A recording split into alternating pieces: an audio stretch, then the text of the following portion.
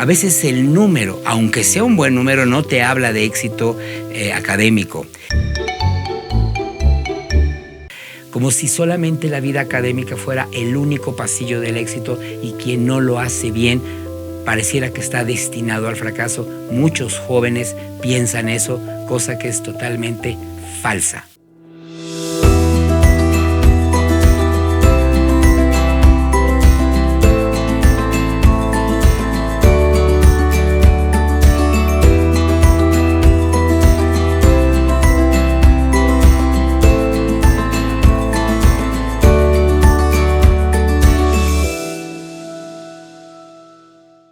¿Qué tal? Soy el doctor Rodolfo Lozano Verdiguel y me da mucho gusto saludarte y nuevamente invitarte a que te suscribas si es la primera vez que nos acompañas, y a todos los que nos acompañan cada semana, qué gusto, gracias nuevamente. Y hoy con un tema importante, ya pronto regresamos a las escuelas y creo que no hemos hablado de el resultado del pasado ciclo escolar, y el título de hoy es Fracaso escolar.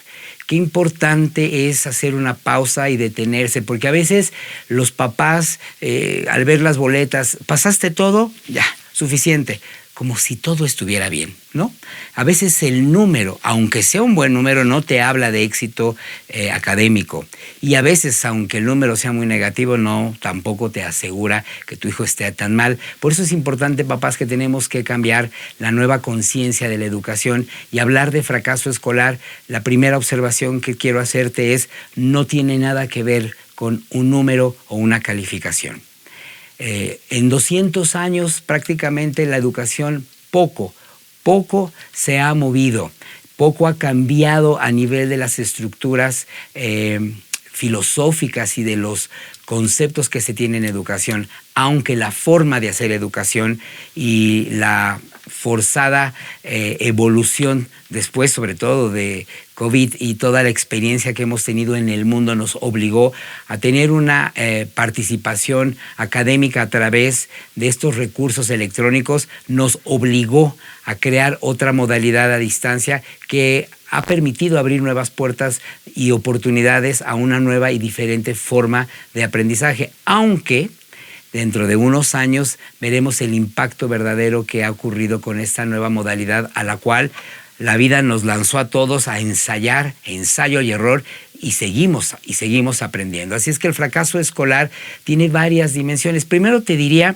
que el fracaso escolar es aquel proceso en el cual los niños, los adolescentes y también los adultos pueden participar, no es exclusivo solo de las etapas del preescolar o la primaria. Cuando en el proceso, en el deseo abierto de querer aprender, algo empieza a detenerse, algo empieza a frenarse, cuando los recursos, la forma, las ideas, los conceptos ya no están ingresando en la conciencia del estudiante, cuando empieza a tener fallas muy concretas en sus ejecuciones, cuando el niño, el adolescente comienzan a evitar el aprendizaje, comienzan a evitar ir a la escuela, cuando sus intereses están mucho más enfocados en la experiencia del juego, la diversión, los compañeros, que la experiencia misma del descubrimiento, del aprendizaje, del conocimiento, ya podemos empezar a sospechar sobre el fracaso escolar. Hay 3 dimensiones en el proceso del aprendizaje, 3 grandes dimensiones. Una, la dimensión del movimiento, la dimensión de la acción, del juego, del cuerpo. Por aquí comienza la educación con los más pequeños. Los niños comienzan a aprender a través de su cuerpo, de la habilidad y de la experiencia de sentir, tocar, vivir con su cuerpo el aprendizaje.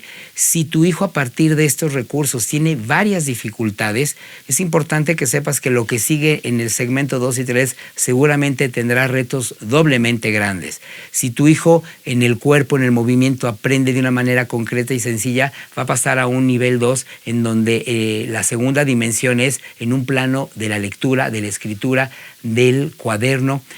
Y si en esta dimensión empieza a fallar, aquí es donde nacen todos los trastornos del aprendizaje. La atención, la memoria, la concentración. temas que van a dar para que muy pronto desarrollemos un capítulo específico para cada una de estas condiciones. Pero por hoy el tema general es que aquí es donde comienzan a surgir todos los trastornos del aprendizaje con el dominio de la lectura, la escritura, la atención, la concentración, las matemáticas, el pensamiento abstracto. Si tu hijo en esta segunda fase tiene problemas, lo que va a hacer es abandonar todo proceso lector, escrito, se va a concentrar en ser una persona mucho más hábil en la producción verbal y va a evitar tratar de conectar con otros recursos más complejos. Hoy la problemática grande es que el mundo se está volviendo digital y toda la experiencia que hay que hacer, a excepción de que sean solo dibujos, pues hay que aprender a tener una lectura y un estilo muy concreto para poder leer instrucciones y poder interactuar con los recursos electrónicos. En un tercer nivel están los pensamientos abstractos, el nivel de representación, y ya estamos hablando de las edades de los 16, 14, 16 años, que es la última fase del proceso, en donde aquí, si el niño, el adolescente ya tiene problemas en su capacidad de aprendizaje y tiene fracaso escolar, donde entendemos que el fracaso escolar es no poder obtener el resultado o las evidencias que un maestro, una asignatura solicita para poder comprobar que la información o el conocimiento que se le ha dado al alumno ya lo posee, ya lo tiene, ya le pertenece. Si el alumno no puede dar evidencia de esto, ahí está el fracaso escolar. Cuando un adolescente llega a este nivel y así como en el segundo nivel se gestaban todos los trastornos del aprendizaje, cuando tienes entre 14 y 18 años y tienes fracaso escolar y fallas en las habilidades académicas, lo que se gesta son los trastornos de la personalidad. Son trastornos psicológicos, un sentimiento de baja autoestima, de fracaso y de una proyección hacia el futuro. Aquí la lesión es gravísima porque el fracaso escolar en la adolescencia generalmente va a fragmentar o a fracturar la visión que tiene el propio joven respecto al futuro que le espera en la vida, como si solamente la vida académica fuera el único pasillo del éxito y quien no lo hace bien pareciera que está destinado al fracaso. Muchos jóvenes piensan eso, cosa que es totalmente falsa. Bien. Cuando tu hijo se resiste a la vida académica, cuando tu hijo se resiste al aprendizaje, cuando no quiere ir a la escuela, casi siempre el fracaso escolar, esta sensación de incapacidad, es lo que explica. En el pasado, la mayoría de los estudiantes con fracaso escolar lo que hacían era abandonar la escuela y se retiraban a una vida laboral, digamos, productiva, que compensara un poco, pues, un sentido del qué hacer. Hoy, afortunadamente, hay muchos recursos y muchas plataformas y recursos electrónicos para que todos encuentren formas de aprender diversas cosas a través de muchos recursos, muchos sistemas y métodos. Hoy hay una riqueza en recursos para que la gente pueda encontrar desde lo económico hasta las formas de aprender de una manera interesante, rápida y significativa. ¿Qué ocurre con el fracaso escolar? Una de las causas también importantes es que muchos jóvenes que están fracasando en la escuela son inteligentes, son brillantes, son capaces. Lo que ocurre es que el sistema todavía sigue preparando expertos en información, expertos en datos, pero no expertos en el quehacer, en un quehacer funcional, en un quehacer útil, productivo, que sea significativo.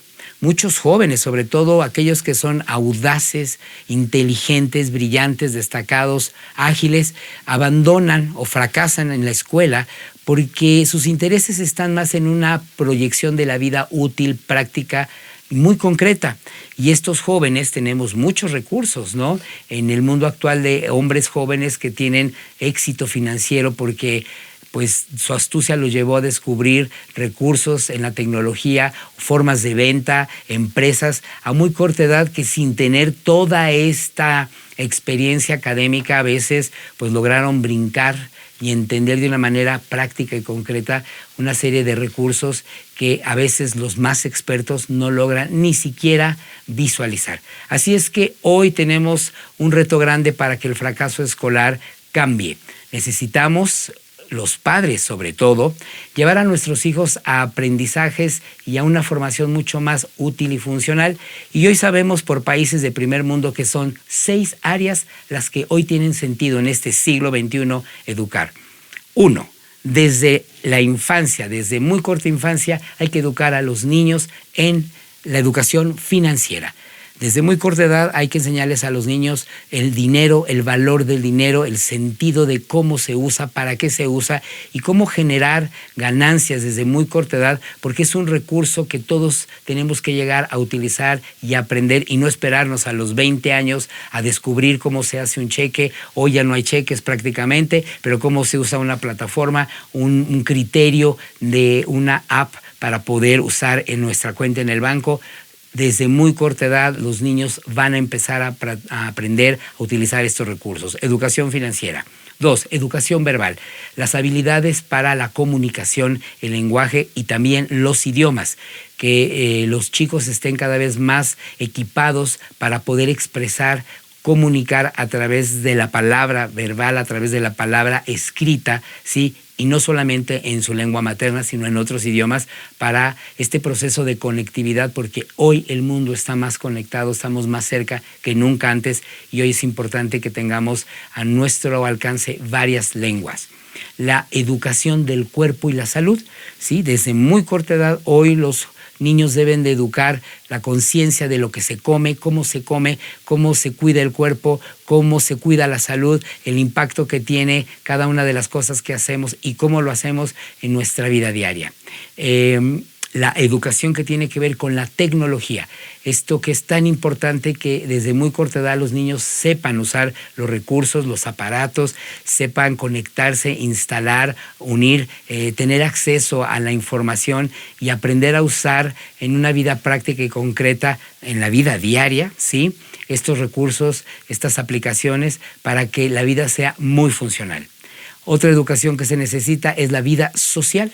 La vida que pareciera que en el pasado nadie tenía que estar educado en esta parte porque la vida social se daba en la calle, era espontánea, era natural. Hoy sabemos que no, que esa vida que teníamos nosotros de libertad, que si no se educó, hoy sabemos que los recursos y la vida social de los jóvenes, de los niños de esta generación, tiene otras características y necesitan ser guiados y necesitan a muy corta edad aprender a conformar equipos de trabajo, experiencia con otros que les dé recursos para que en la vida adulta puedan funcionar en una conectividad que dé expansión y que dé logros y un desarrollo integral mirando un todo, no solamente al individuo. Bien, me parece que son todos los elementos importantes que tenemos que considerar en una nueva visión de educación. Si estos elementos estuvieran concentrados en la escuela, prácticamente no habría fracaso escolar porque se estaría educando para la vida. Y creo que es ahí donde está la gran diferencia. La escuela, probablemente desde mi parecer, la escuela y el proyecto escolar como lo vemos hoy en muchas escuelas está en agonía. Así es que hay que educar para la vida, para ser funcionales, para ser prácticos, concretos en esta nueva forma de vivir y de estar. Soy el doctor Rodolfo Lozano Verdiguel y me da mucho gusto que nos acompañes cada semana. Por favor, si te gustan estos podcasts, esta información, estos episodios, regálanos un like, nos hace mucho bien. Sugerencias, comentarios, nos encanta saber de ti. Y también, por favor, si conoces a alguien que esta información le pueda ser útil, por favor, compártela y ayúdanos a crecer. Te agradezco mucho y nos vemos muy pronto.